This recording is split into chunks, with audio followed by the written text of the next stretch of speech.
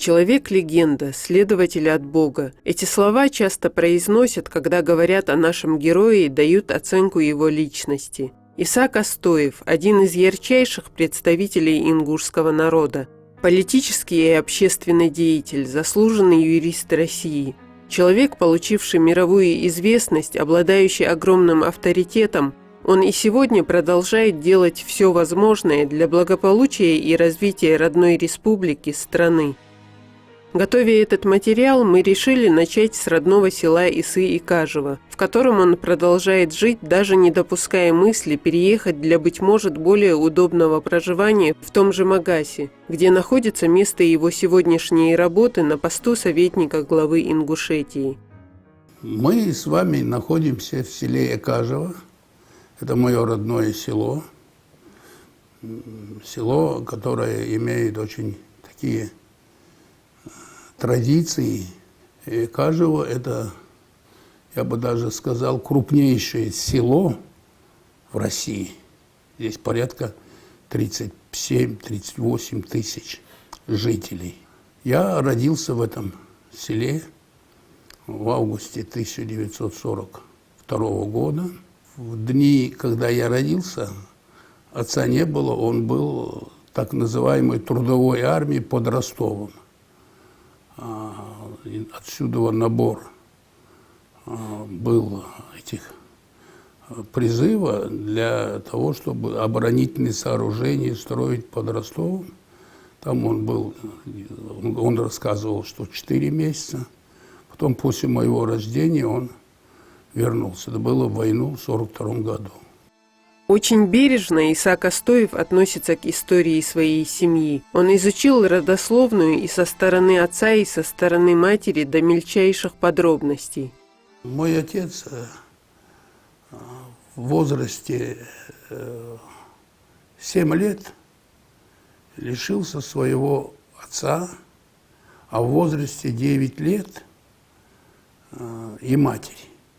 И он был круглым сиротой, воспитывался в селе Кантышево у своих родственников матери Кадзоевых.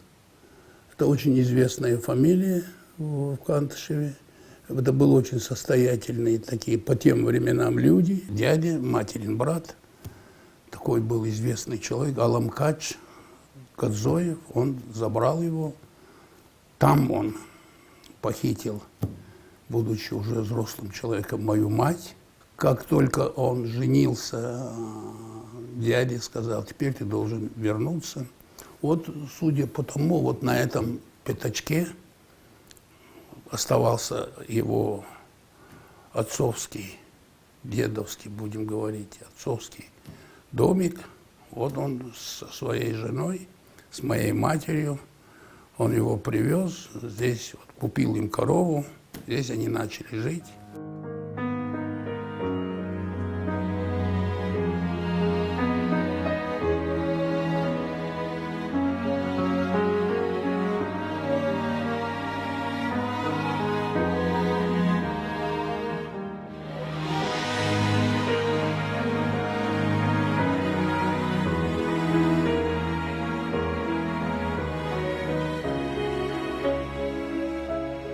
Вот мы с вами сейчас находимся здесь, во дворе моего отцовского двора, где я родился 81 год тому назад. Конечно, та хата, будем говорить, которая была до 1944 года, ее снесли здесь, она не сохранилась. Вот это построил мой отец. Мы в этом дворе с семьей ежегодно приезжали на летние каникулы, проводили здесь по несколько месяцев. Потом уже, вот, когда судьба так поступила, что я должен был приехать сюда, в события 92-го года, я здесь жил, здесь я принимал людей. Тогда не было ни столицы, ни государственных учреждений у нас. Приходилось вот здесь, в этом дворе, принимать делегации, людей, провожать, решать вопросы, проводить совещания.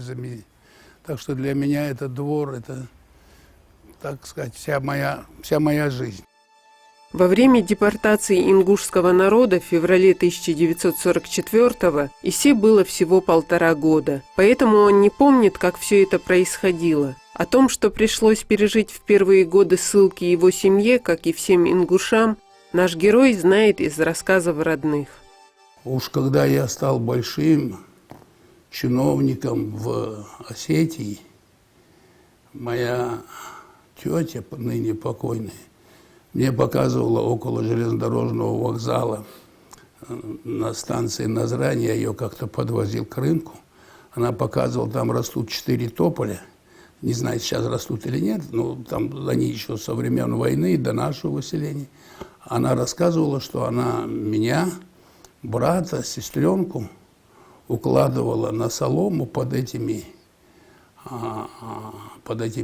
тополями, а сама ходила туда к военным выбивать место в вагончиках, куда нас грузить. Это вот с ее слов я помню. Моему младшему брату было 3 месяца всего, вот, старшему 12 лет. Первоначально мы жили на одной маленькой станции в Северной Казахстане, это Акмолинская область. Вот. В 1949 году нас перевезли в Рудник, такой Бестюбе Сталинского района, Акмолинской области. Вот. Там в 1949 году от кори заболели, все мы заболели от кори, и у меня там умерли 2 брата и сестренка в течение 1 месяца. Воспоминания детства, какими они могут быть? Самая лучшая и беззаботная пора жизни. Но Иса не мог не чувствовать боль, которую испытывали его родители и другие близкие из-за вынужденного проживания вдали от родины. Горечь, с которой они говорили об этом. Ссыльные дети ходили все вместе там, в Руднике Бестюбе. Я единственное, хорошо помню, в день смерти Сталина меня впервые забрал комендант со школы. Я учился в 3 классе. И когда мы пришли в школу, учительница выстроила нас в коридоре на линейку, и начался плач. Они все вместе с директрисой вышли из учительской, стали напротив линейки и начали громко плакать. При этом говорили: умер наш великий вождь Иосиф Виссарионович Сталин. Несколько из ссыльных детей так очень эмоционально вскрикнули, расшумелись, а рядом стоявший со мной мальчик заплакал. Ну, я с этим мальчиком во дворе уже подрался. Зачем ты плакал? От того, что умер Сталин. И вот какой-то мощной рукой меня от него оторвал. Посмотрел Гурбанский. Гурбанский — это был наш комендант. Он, конечно, узнал, что я ссыльный, дал мне пинком и сказал: иди вперед. Повел меня в сторону комендатуры. Мы все знали, дети, это здание, потому что родители 3 раза в месяц ходили туда подписываться, расписываться о том, что они находятся на месте. Этого мальчика тоже он забирал со мной вместе. Я ему все по пути говорил: скажи, что мы боролись. Хотя я его бил. Да. И когда приблизились около дверей, так получилось, вот как будто бы по заказу. Навстречу шли мужчина с женщиной, пара, видимо, супруги. И, видимо, знакомые этого Гурбанского. Мы прошли, он с ними остановился и нам кричит: вон ту дверь зайдите, меня подождите. И с ними стал разговаривать. Мы когда поравнялись к этой двери, я мимо этой двери сиганул, на узкоколейку, по узкоколейке бежал вплоть до шахты, потом окольными путями. Вернулся в школу, где осталась моя телогрейка и сумка с книжками. Через забор перелез в школу, уже у школьников не было. Забрал свою сумку, пришел домой, мать сидит, всхлипывает. Гурбанский забрал отца. Соседи пришли, там, сочувствующих. А брат старший в шахте работал уже, его не было. Да. Ну, через какое-то время, будем говорить, во время этого полутраура, вот, вдруг я слышу голос отца, и он этих собравшихся соседей, ну, мать спрашивает, где Иса? Она говорит, там в комнате, я с младшим братом был. Да, там в комнате, позови его. Ну, я зашел, отец снимает с себя такой брезентовый плащ, помню, и говорит, Иса, неужели ты думал, что если ты не подерешься, этот Сталин оживет? Потом брату говорит, дал деньги, говорит, иди, там стоит милиционер, сходи с ним обратно туда, к коменданту. Обязательно возьми квитанцию, чтобы мы заплатили штраф. Это за мое поведение-то. Так, вот, оштрафовали. Возвращение ингушей на родину было очень сложным. Иса и его родные столкнулись с серьезными проблемами. В 1957 году, когда объявили, что осудили культ личности Сталина, о том, что восстанавливается Чечено-Ингушская республика, мы тоже там собрали свои там вещички, там продали корову, продали там избу и приехали на железнодорожный вокзал, город Акмолинск, нынешняя столица Казахстана, Астана, тогда назывался Акмолинск. На несколько дней мы жили на железнодорожном вокзале.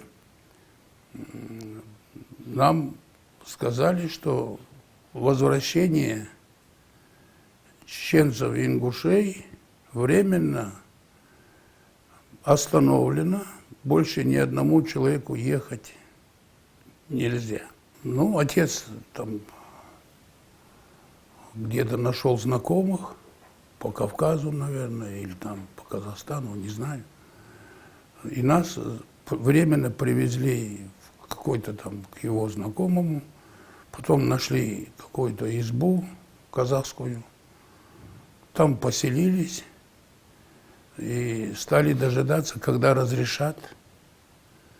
Разрешений не было, а я учился, перешел в 8 класс. Тогда сказали, на Кавказ будут пускать тех, кто имеет прописку на Кавказе. Значит, в такой вот обстановке было решено на семейном совете, что вот надо собрать все паспорта, а у меня еще не было паспорта. Надо собрать все паспорта, поехать на Кавказ, там прописаться, по этим паспортам сделать прописку и вернуться обратно, тогда нас отпустят. Ну, со старшим братом Юсупом мы, значит, приехали впервые на Кавказ через Москву. При каждой остановке поезда прятались в туалетах, боясь вдруг, что нас поймают и высадят. Понимаете? Мы добрались до Москвы, и так получилось, что поезд наш аж следующий день только на Владикавказ. И я целью себе поставил, что я обязательно посмотрю мавзолей, где лежит Иосиф Виссарионович. Вот.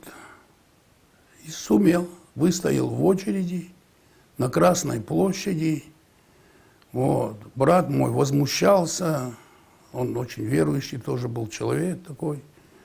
Вот. Зачем тебе это надо? Я говорю, я хочу увидеть его. Приехав с братом в Викажево, Иса увидел развалины родного дома. Все было разрушено, заросло. Прописаться по адресу, где одни руины, конечно, не представлялось возможным. Брат сказал, что в Малгобеке живет наш родственник дальний. Поедем к нему. Приехали, да, у него был сохранившийся дом. Он там, пошли в этот паспортный стол, в милицию. Все паспорта матери, тети, там, отца, свой паспорт, всех прописали, вернулись обратно. Но уже время прошло, уже была зима. Как сейчас ехать? Денег нет уже. Дома жить надо же на Кавказе. И мы там сказали, поработаем еще летом до осени на заработки, как тогда ездили. Вот заработаем деньги, потом поедем. Вот это короткий по нашим планам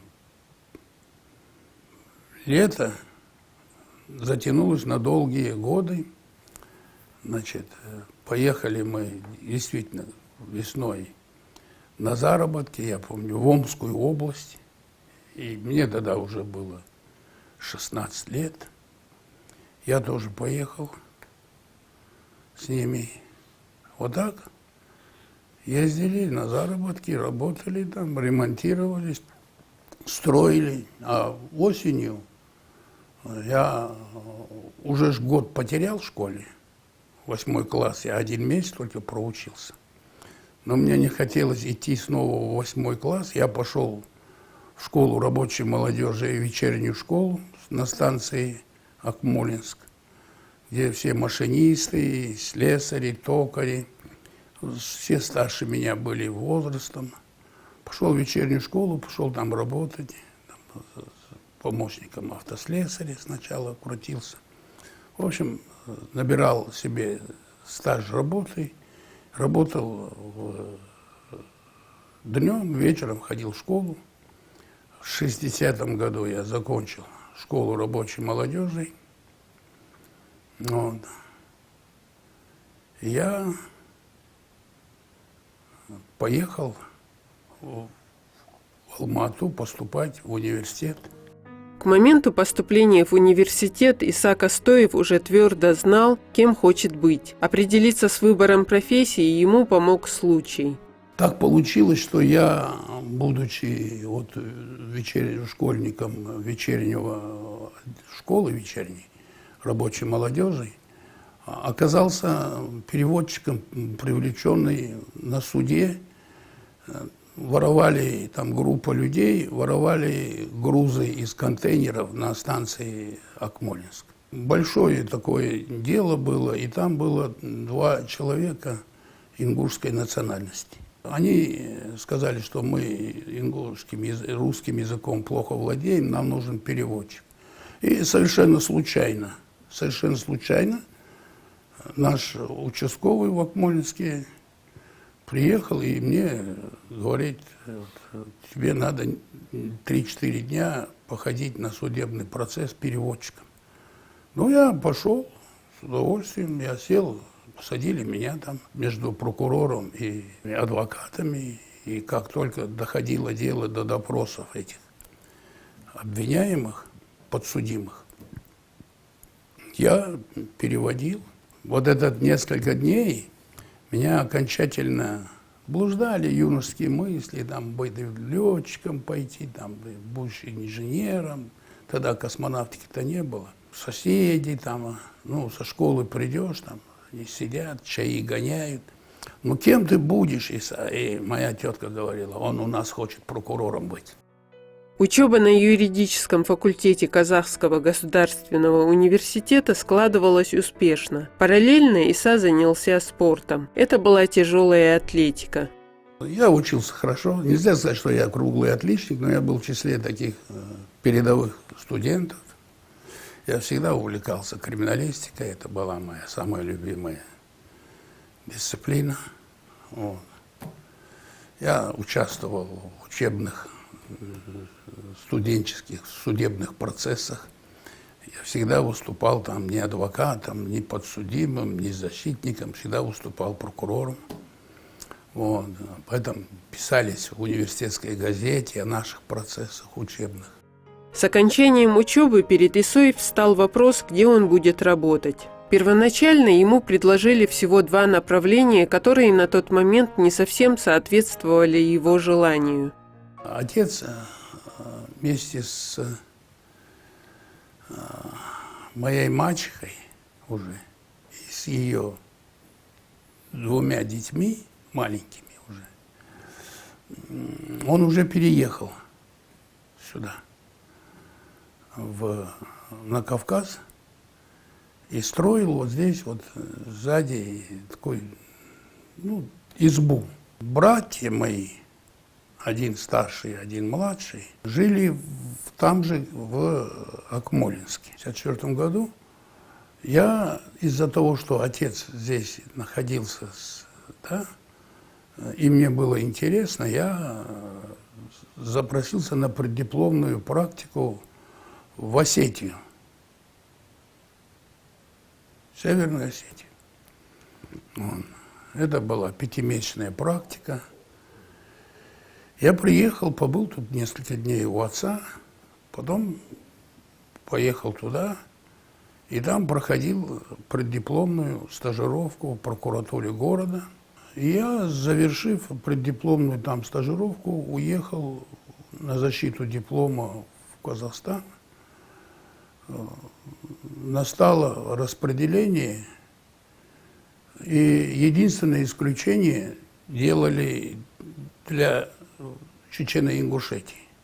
То есть или ты едешь в Чечено-Ингушетию, или ты едешь по Казахстану.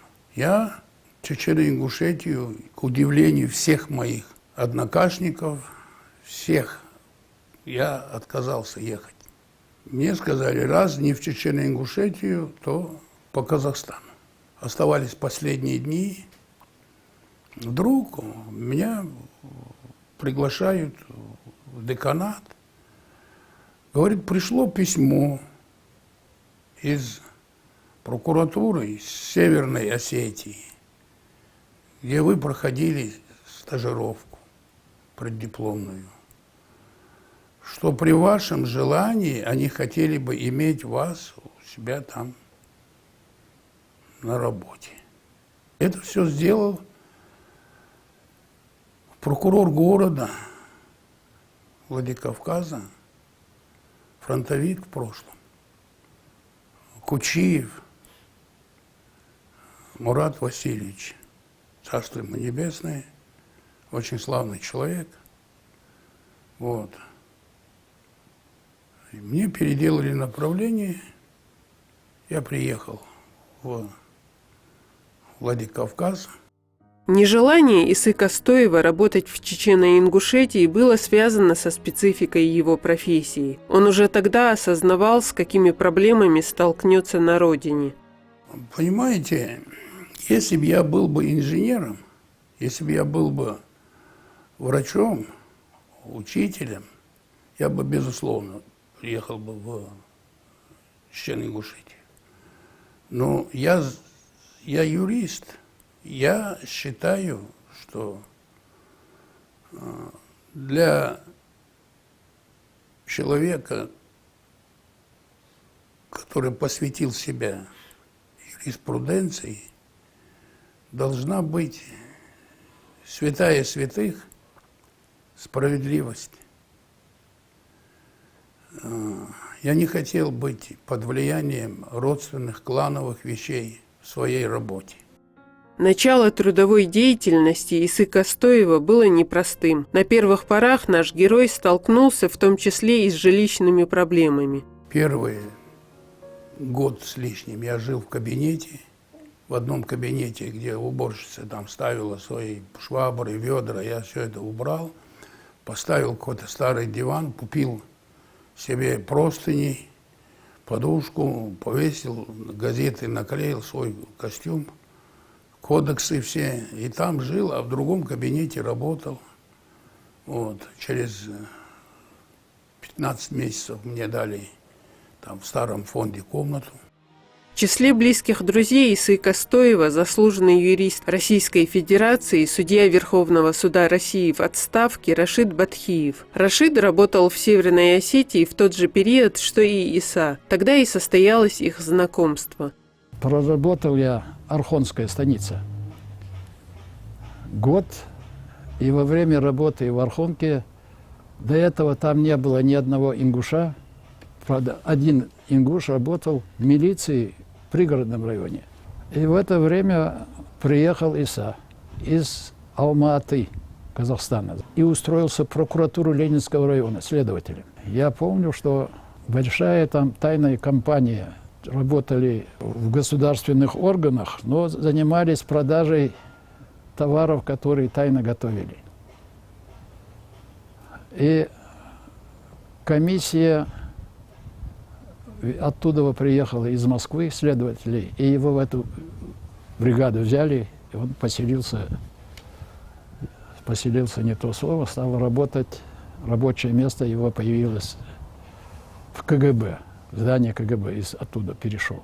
Он потом стал в аппарате прокуратуры работать. Московская бригада его взяла по разоблачению от торговой банды в Грозном. В это время я уже тоже переехал в Грозный, первым заместителем председателя Верховного суда в уголовную коллегию. И он туда с этой бригадой приехал. Иса в работе был очень активный, очень знающий, очень умный, перспективный. Все его таким считали. Его взяли и в аппарат прокуратуры Северной Осетии. В 1974 году Иса Костоев был назначен на должность следователя по особо важным делам Генеральной прокуратуры РСФСР. Таких должностей в Генеральной прокуратуре было всего 10. Огромная страна. Это Генеральная прокуратура, то есть это лучшие исследователи страны, такой огромный, да. И Иса Магомедович, представитель нашего народа, был одним из них. То есть он был самым молодым среди них. В дни, когда меня вызвали на смотрины в Москву, у меня родился 3-й ребенок, девочка. Вот. И они все остались в Орджоникидзе. А я первый же день моего перевода приказом, еще не рассчитавшись, не вернувшись сюда, не сдав здесь работу, оказался в Самаре на одном очень тяжелом, чрезвычайном происшествии для расследования. И я аж вернулся в ноябре во Владикавказе, к семье вернулся. Вот так началась жизнь следователя по важнейшим делам.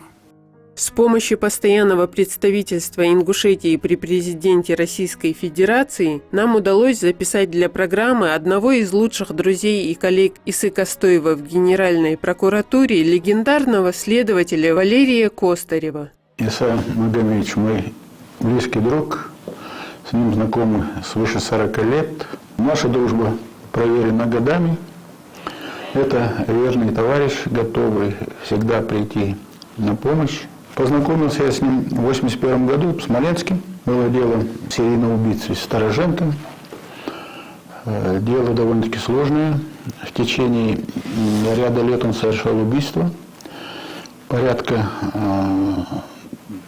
12 убийств и 8 покушений. Работала бригада Союза. Не сумела раскрыть. Поручили Костоеву. В марте он приехал. Прочитал дело, побеседовал с нами, и в июне преступник уже был найден. Это прекрасный следователь, если можно так назвать, следователь от Бога, который, в общем-то, я знаю, что расследовал различные категории дела, и везде выходил победителем.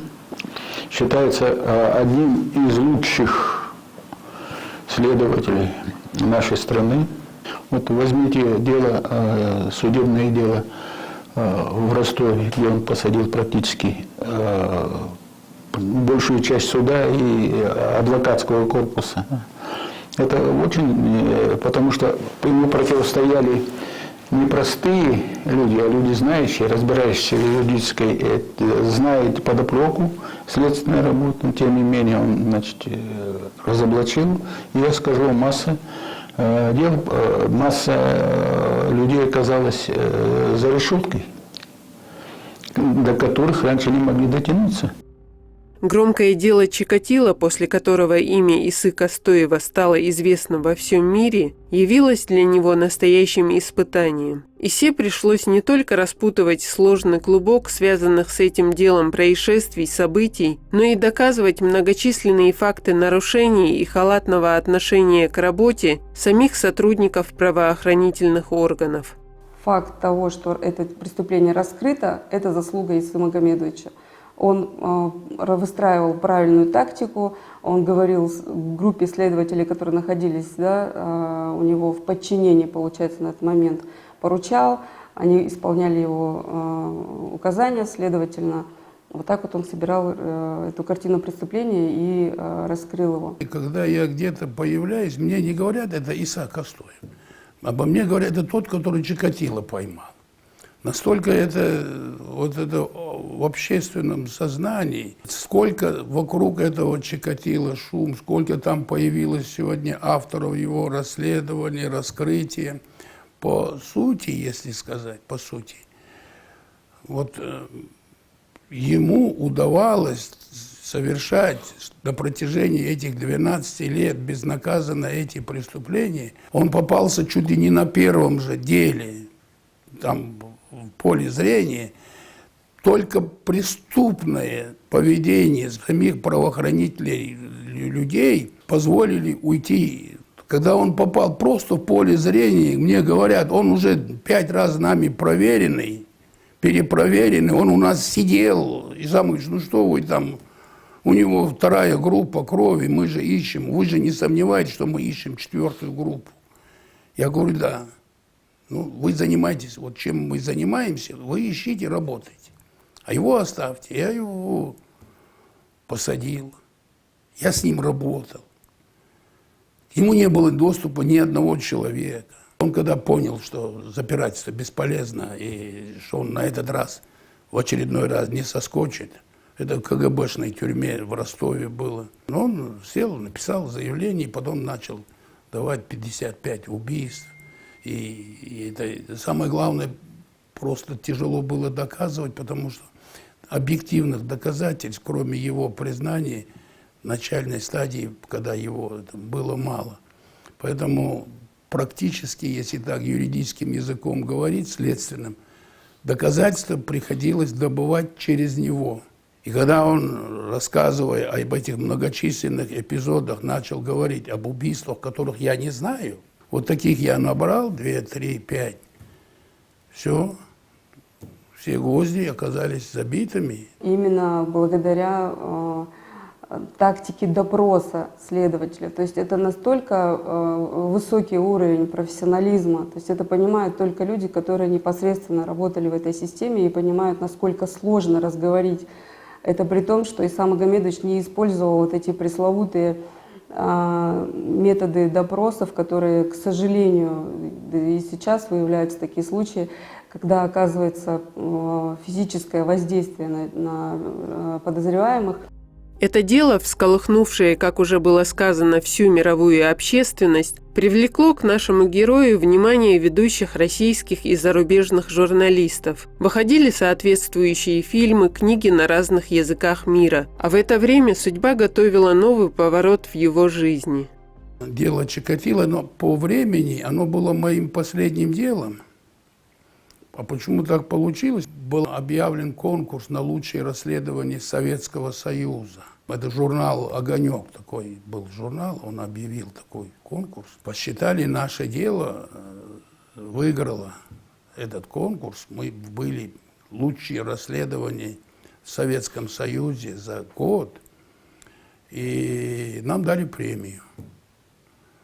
Мы аккуратно эту премию уничтожили с бригадой всех прикомандированных. Я уже собирался идти в отпуск. За сколько там лет, не знаю, было, мне накопились этих отпусков. Вот. И вдруг меня вызывает генеральный прокурор России и говорит: вас вызывают в администрацию президента. Я же тогда был в ореоле, все говорили, может, думаю, им тоже надо какую-то справку дать, как это было. Я пошел. Мне объявляют о том, что мне они хотят направить полномочным представителем президента России во вновь образуемую республику Ингушетия. Сказать: нет, я не поеду никуда, идите вы, не тот случай. Это я в прокуратуре мог сказать, если бы туда поеду, туда не поеду. А здесь, когда вот такая очевидная обстановка, и то, что происходит в Чечне, и то, что в целом в Ингушетии происходит, обстановка, в которой мы оказались, я не мог сказать: нет, не поеду. Я сказал: если надо, поеду. 15 июля указ о моем назначении. Пока создавали там аппарат, помощников здесь подбирал, там бесперерывно ездил в Москву, чувствовал, что грядет беда великая. Обстановка с каждым днем накалялась. Параллельно тут было создано представительство президента, я возглавлял, а от Верховного Совета тоже было представительство, готовились к выборам. Провести выборы цивилизованно, чтобы потом формировать правительство, парламент, не удалось. Грянула ситуация октября-ноября 1992 года. Очень трудное время было. Хаос был. Не знали, что делать. И вдруг появляется Иса. Он одновременно берет власть.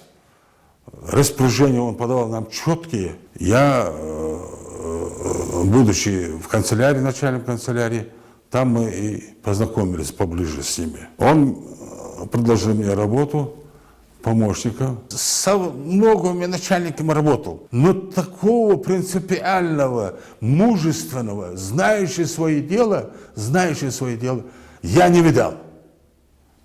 И, по-моему, не увижу. Это было в ноябре 1992 года, после известных событий. Приехал тогдашний Назаранскую центральную больницу и увидел ужасную картину. Во дворе находилось десятки раненых. Не было коек, отсутствовали врачи. И самое главное, отсутствовали медикаменты. Даже элементарных перчаток для работы, я как хирург, там практически не было первые дни. И когда на второй или третий день увидел такую печальную картину, я вместе с некоторыми врачами в белых халатах поехали в нынешней мэрии Назарани, там находился своего рода штаб. И я сразу, зная Ису Магомедовича, подошел и сказал: вот такое-то положение у нас. Он чем смог тогда помог. Вот первая у нас состоялась с ним встреча. Я когда приехал к Освоеву в Назарани, он мне говорит: слушай, у меня есть один хороший друг, а я его знал. Послушай его. Ну, естественно, вопрос, кто начал, в чем первопричина и какие меры принимать. Ну, мы с ним переговорили, он говорит: ты знаешь, у меня сведения такие, что начали осетины. Ну, я говорю: давай конкретику, чтобы я проверил. Да, я поручил это расследование одному из следователей, своих толковых ребят. Проверил действительно. В ночь на 31 октября были нападения вооруженные, обстреляны ингушские поселения в Кембелеевском и Октябрьском. Значит, конкретные свидетели были, все. Я написал справку, передал генеральному прокурору. И сам Магомедович, конечно, очень переживал, ведь все на нем было. Понимаете, и те вопросы, которые там хотели раньше урегулировать, они не всегда получались. Потому что, понимаете, и что ж там говорить, и провокаторы были, и с той, и с другой стороны. И я помню, значит, в знак протеста он подал заявление, чтобы выйти, покинуть эту должность. Долго не подписывали рапорт. этот мой отставку. Это длилось несколько месяцев. Я вернулся в прокуратуру. В декабре 1993 года начал формироваться новый Совет Федерации. Были проведены соответствующие выборы. Путем всенародного голосования избирали по 2 человека от каждого региона. Здесь общественные движения, жители, и там, которые меня знали отставку мою, были со мной связаны все эти месяцы тяжелейшие мои. Они тут начали выдвигать меня депутатом в Совет Федерации первого созыва вместе с Русланом Аушевым. Нас двоих избрали в Совет Федерации.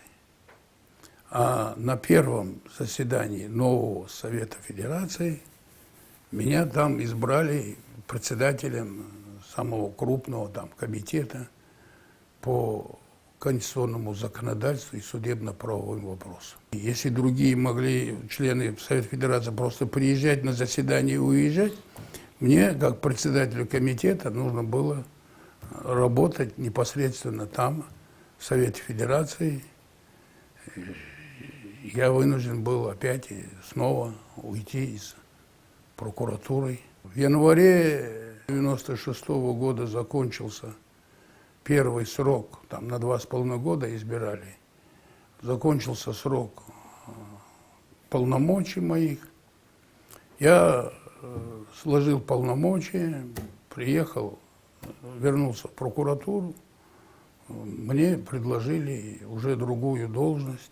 Исам Магомедович в Генеральной прокуратуре возглавлял главное международно-правовое управление. То есть это управление, которое сотрудничает с прокуратурами других государств. То есть он вышел за пределы нашей страны, и это тоже элитное управление Генеральной прокуратуры, то есть ему генеральный прокурор доверил такую должность. Очень интересная, содержательная работа, очень большие контакты поддерживали с Советом Европы, с международными организациями. Все вопросы выдачи преступников в Россию, из России в другие государства, все это делалось через это управление. В 2002 году в Ингушетии начались выборы президента республики. В результате был избран Мурат Зязиков. Зязиков снова поставил вопрос, чтобы я вернулся в республику, представлять его в Совете Федерации. Он посчитал, что я могу быть полезным, помочь ему. Я согласился. Вернулся в Совет Федерации как его представитель. 2002 год, после того, как я уволился из Государственной Думы, я случайно в Москве увидел Исака Стоева. И он спросил, как это, чем занимаешься? Я сказал, я как раз уволился.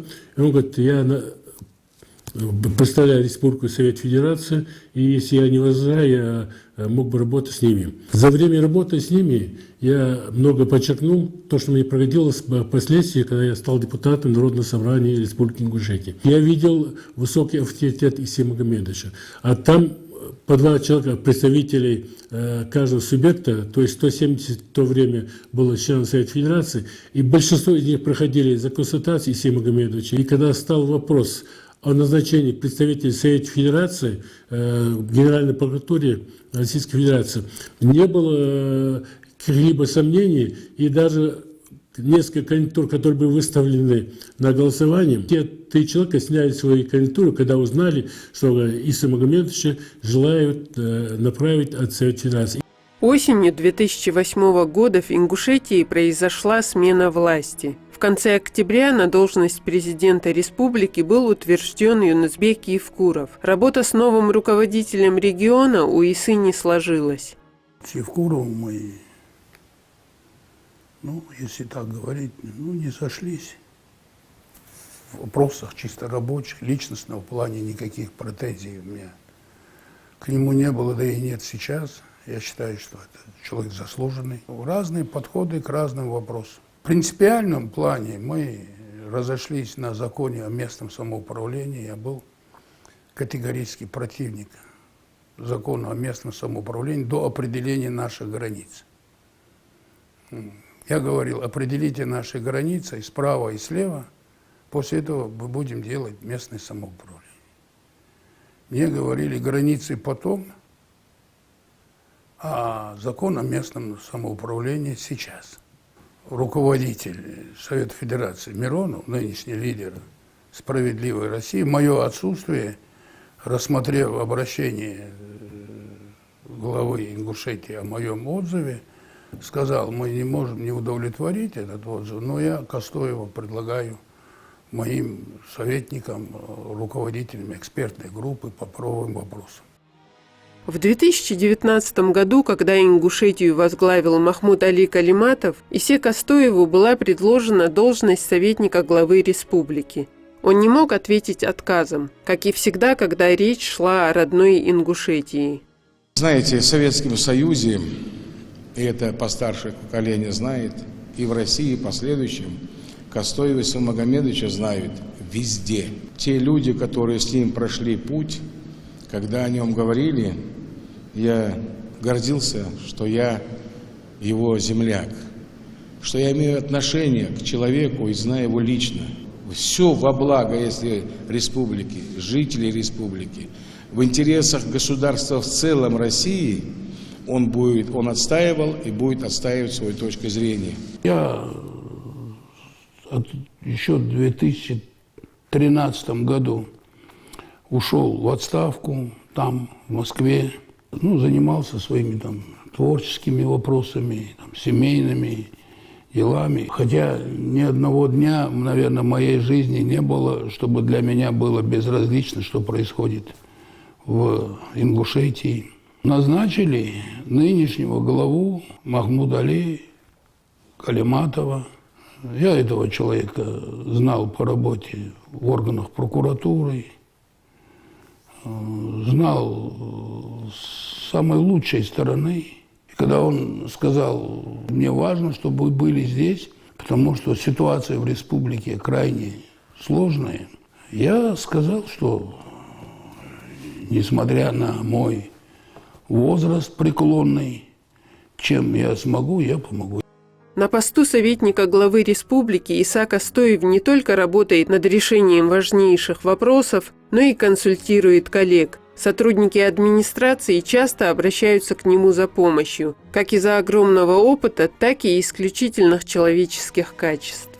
Впервые об Исе Магомедовиче Костоеве я услышал, когда я был еще студентом юридического факультета, учился в университете, и у нас был такой предмет криминалистика, и в этом предмете, значит, мы, будучи студентами, изучали тот опыт, который использовал Иса Магомедович, те методики, те наработки своей профессиональной деятельности.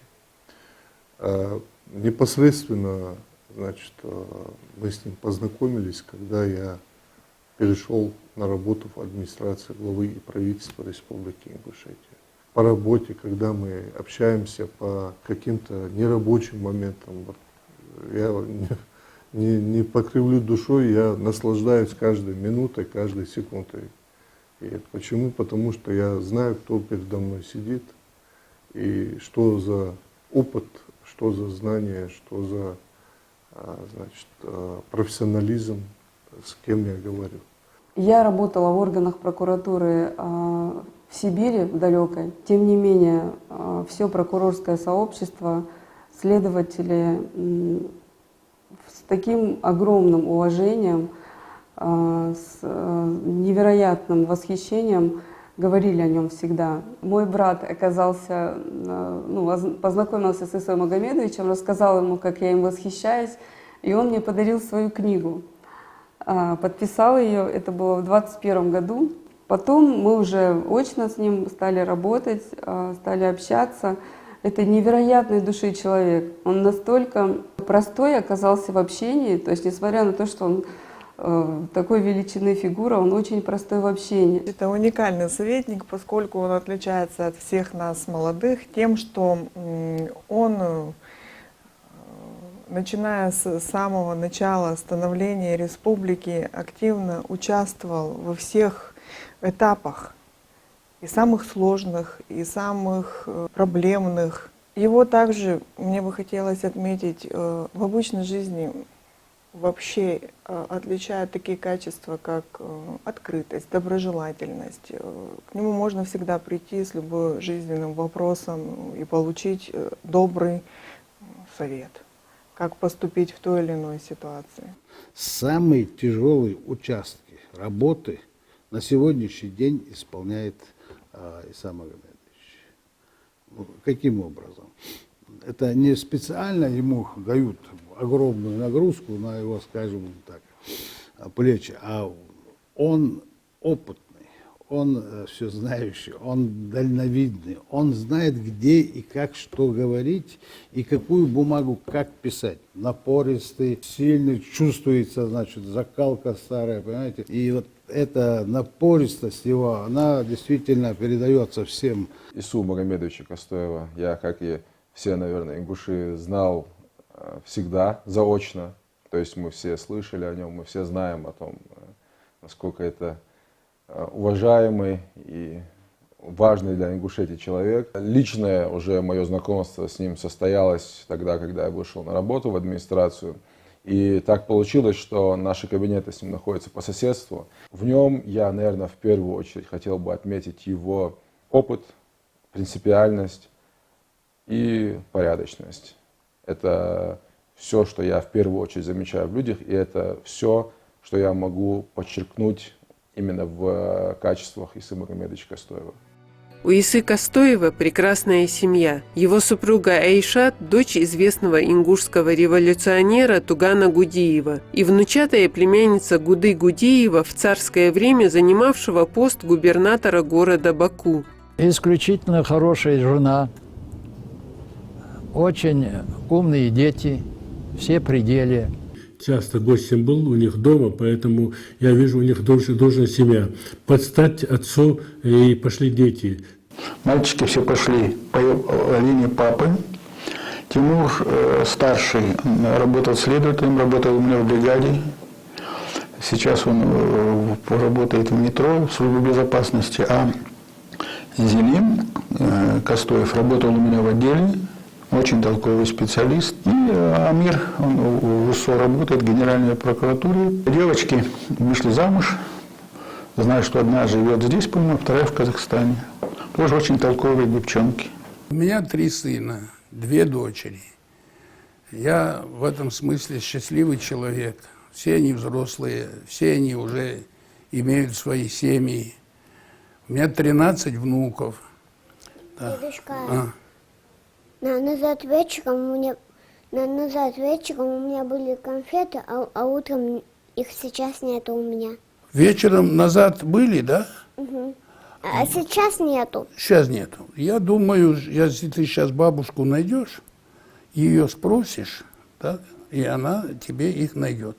Ты, наверное, их оставила все-таки там, в этом, на стене, который висит, ящик, наверное, там. Я там видел. Такие желтые, коробку я там видел. Желтую? Да, коробку, да. Там мармелады лежали, какие-то конфеты лежали. Поищи там. Что-то расследовать, опять-таки внуки к вам приходят. Да, я должен вмешиваться, да. Иса много общается с внуками, интересуется их мыслями, делами. Он старается привить им то, что пронес сам через всю жизнь. Любовь к своему народу, своей республике, интерес ко всему национальному. Когда я обычно с ним разговариваю на ингушском, у него сразу на лице улыбка. Но ему нравится, когда мы разговариваем на ингушском языке, ему прям тепло на душе. Ну, иногда ругается тоже, что вот говори на ингушском языке. Наш дедушка – это наш ориентир в этой жизни. Мы очень ценим его вклад в нашу жизнь. Не только его детей, но мы и внуки. Это непередаваемо, конечно, то, как он к нам относится. Отдельного внимания заслуживает уже отмеченная ранее дружба Исы Кастоева с другими титанами правоохранительной системы России Рашидом Батхеевым и Валерием Костаревым. Им интересно друг с другом, хотя не всегда их мнение совпадает. Есть случаи, когда он кого-то хвалит, а я в нем хорошие качества не вижу. И наоборот, он ругает, а я считаю, что он достойный человек. Он меня учит, я его учу. И это считается у нас взаимно нормальным. А вот это расхождение взглядов, как он или вы объясняете? Вот вы об этом говорили, что вы по-разному смотрите на людей. Очень тяжело сказать. Может быть, это потому, что он следователь, вы судья? В общем, вы сказали очень умный вопрос. Может быть. Разный угол зрения у вас. Может быть. Следователь прямо пытается кого-то засадить, а судья пытается прямо разобраться и отпустить. Чем я старею, тем с ним мне приятнее общаться. Я, например, очень благодарен ему за вот отношение такое ко мне лично. Человек, у которого душа болит за дело. Понимаете, я считаю, что это самое главное. И в силу его натуры, он, понимаете, он не может так безучастен ко всему быть. Понимаете, везде он где-то что-то переживает. Бывает возможность, я всегда приезжал. Ну причем приедешь в Ингушетию, никаких гостиниц нет, будешь жить у меня. Иса Кастоев – автор многочисленных публикаций по проблемам борьбы с преступностью, совершенствованию деятельности правоохранительных органов и защиты прав граждан. В 2020 году в Москве вышла его книга «Преступление без наказания». В этой книге вся его жизнь, его мысли, цели, надежды, успехи и неудачи. А в названии то, с чем наш герой борется в течение всей своей профессиональной, политической, общественной деятельности. Безнаказанность чиновников, людей, наделенных властью. Это честный, искренний рассказ не только для читателей, но и для самого себя. Я хочу, чтобы у нас было единство, чтобы мы понимали друг друга, чтобы мы научились говорить друг другу правду. Мы от природы умные люди, находчивые люди, да? Мы способные люди, но мы должны понять, что жить надо, трудясь, работая в поисках и образования, и науки, в искусстве, во всем. Вот что я пожелал бы нашим людям, нашей республике, нашему народу. Я бы хотела пожелать Исе Магомедовичу, чтобы его внуки были такими же выдающимися личностями, такими замечательными людьми, как он сам. Я бы очень хотела, чтобы они продолжили вот эту вот династию. Действительно, человек-легенда. Низкий поклон ему. Дай Бог ему долгих лет жизни, на радость своим сыновьям, внукам и правнукам. Хочу пожелать Исе Магомедовичу прежде всего крепкого здоровья и долголетия, а также, чтобы его профессиональная жизнь продолжалась как можно дольше и дальше. Потому что я считаю, что Иса Магомедович это такой человек, он как раз из тех людей, которые должны работать до конца своих дней. Кроме знаний и опыта, он обладает такой уникальной особенностью. Он чувствует новые веяния развития республики, страны. Я думаю, что его советы нам еще очень долго будут необходимы.